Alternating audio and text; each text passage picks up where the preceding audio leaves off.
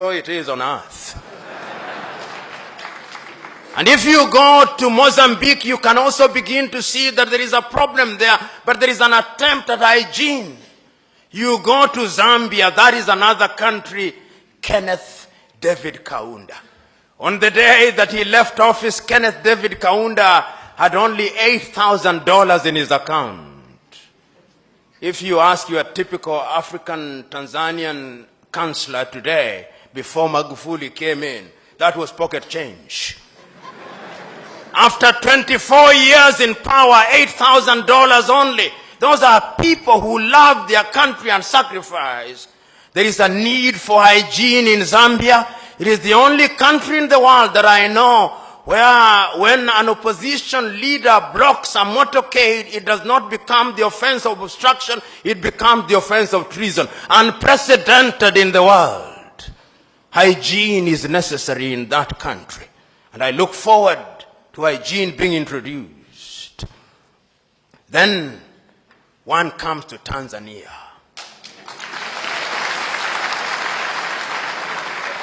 You know, Tanzania, when one talks about hygiene, one must start in the 1960s.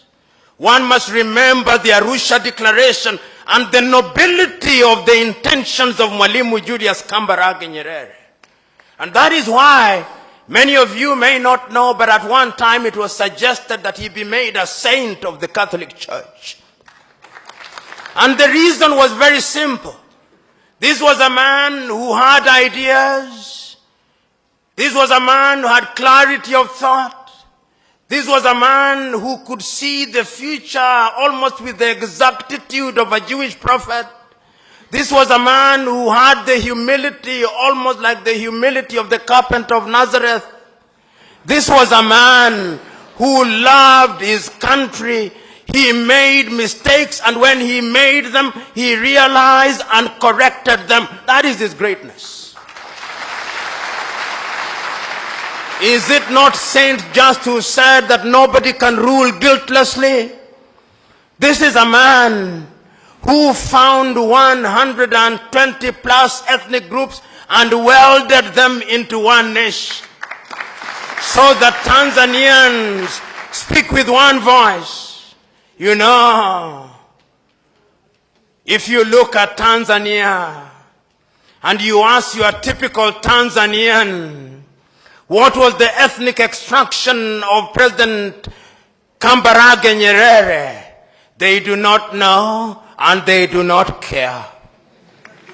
If you ask Tanzanians what was the ethnic extraction of the second president of Tanzania, Mzee Ali Hassan Mwinyi, the Tanzanians do not know and they do not care because it does not matter. If you ask them what was the ethnic extraction of the third president of Tanzania, Benjamin William Mkapa, they do not know and it does not matter and they do not care. And if you ask Tanzania what was the ethnic extraction of your fourth president, Jakaya Mrisho Kikwete, they do not know and they do not care.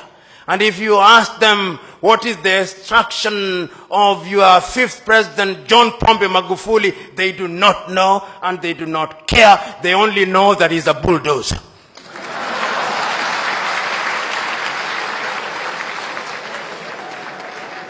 But you go to my country, Kenya, God save my country.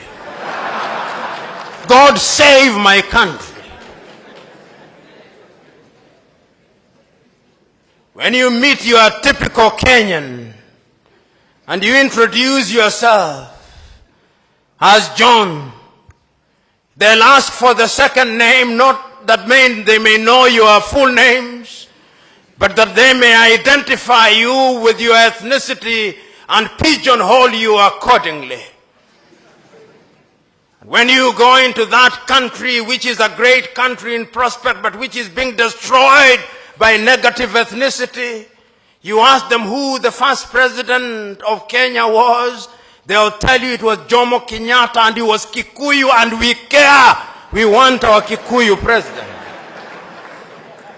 And if you ask them who was the second president, they'll tell you It was Daniel Arap Moi of the Kalenjin extraction, and we cared because it was our turn to eat. And if you ask them who was the third president, they'll tell you it is Uhuru Muigai Kenyatta, and he is a Kikuyu, and we want him to continue because we Kikuyus and we Kalenjin only feel safe when one of our own is in State House. And if you ask the opposition, and you ask the leaders from my own ethnic group, the Luo of Kenya, the Luo will tell you we have been marginalized for too long. The time has come that God must smile upon us, and our son must be the president. And if you ask the Luhyas, they'll say the same thing. That is the tragedy of gigantic proportions. I'm submitting to us that the country called Kenya needs political hygiene. I'm submitting to us that the country called Kenya needs to come to Tanzania here on a benchmarking tour, and that the President of the Republic of Kenya and all our parliamentarians should sit at the State House and be lectured by John Pombe Magufuli on the finer points of governance.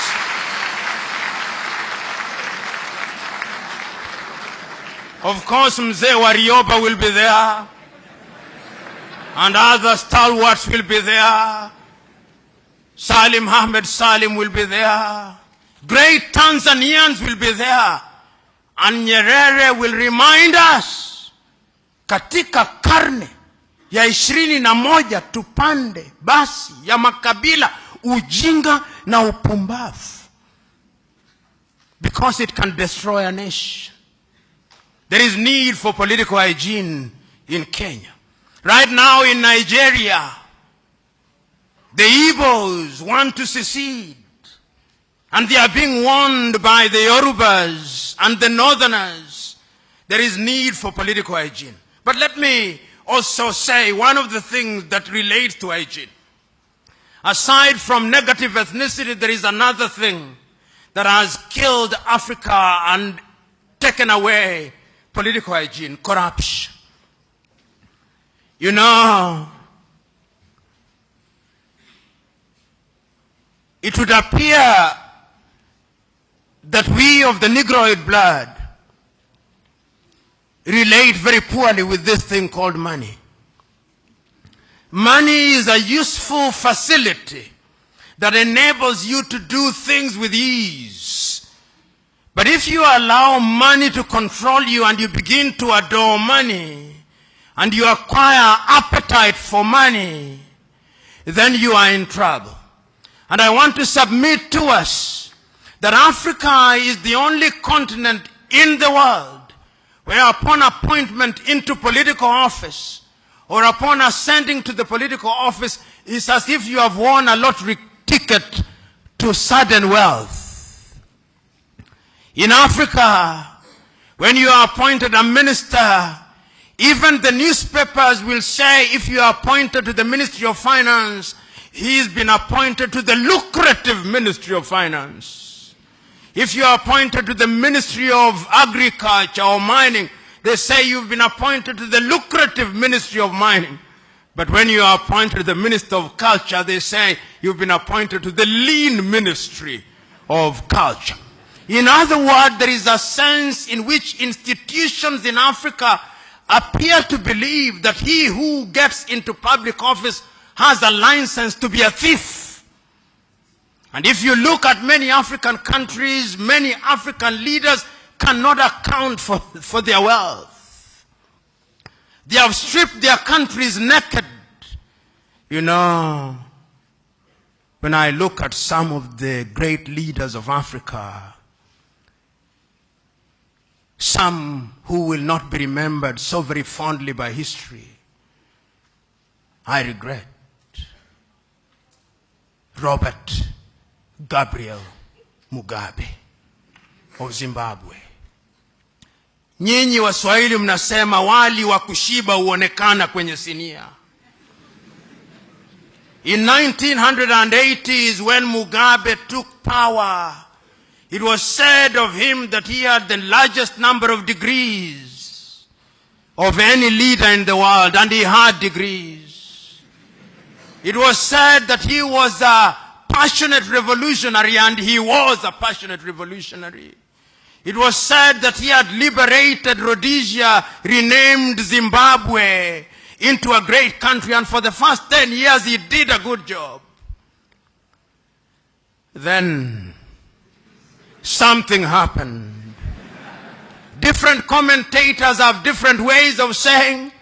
Some of them say that Sally died and he married Grace and it has never been the same again. I do not know. Some of them said that he became a prisoner of some of his comrades. I do not know. But the only thing that I know is that all the historical dividends he had accumulated have now been squandered. Why? They have been squandered because Robert Gabriel Mugabe now presides over a country where there is 90% unemployment. Robert Gabriel Mugabe now presides over a country which does not have a currency but has a central bank.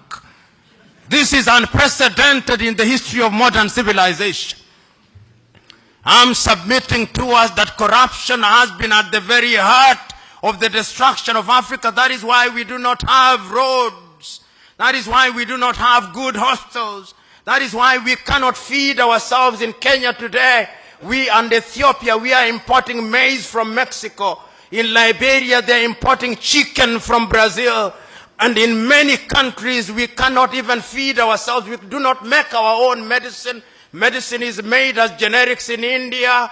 We do not even produce our own seeds to plant our fields. They are being made by Syngenta and Monsanto.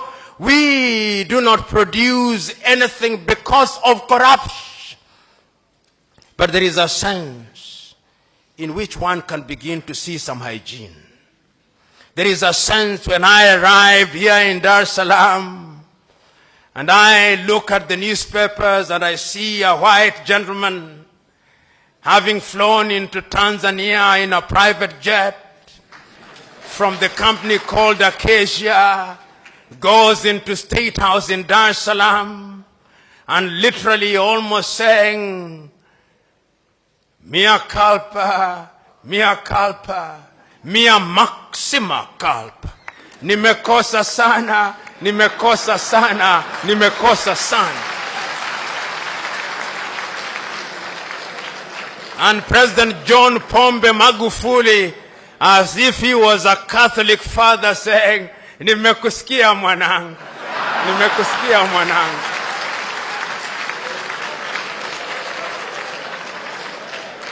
Tutakuhurumia.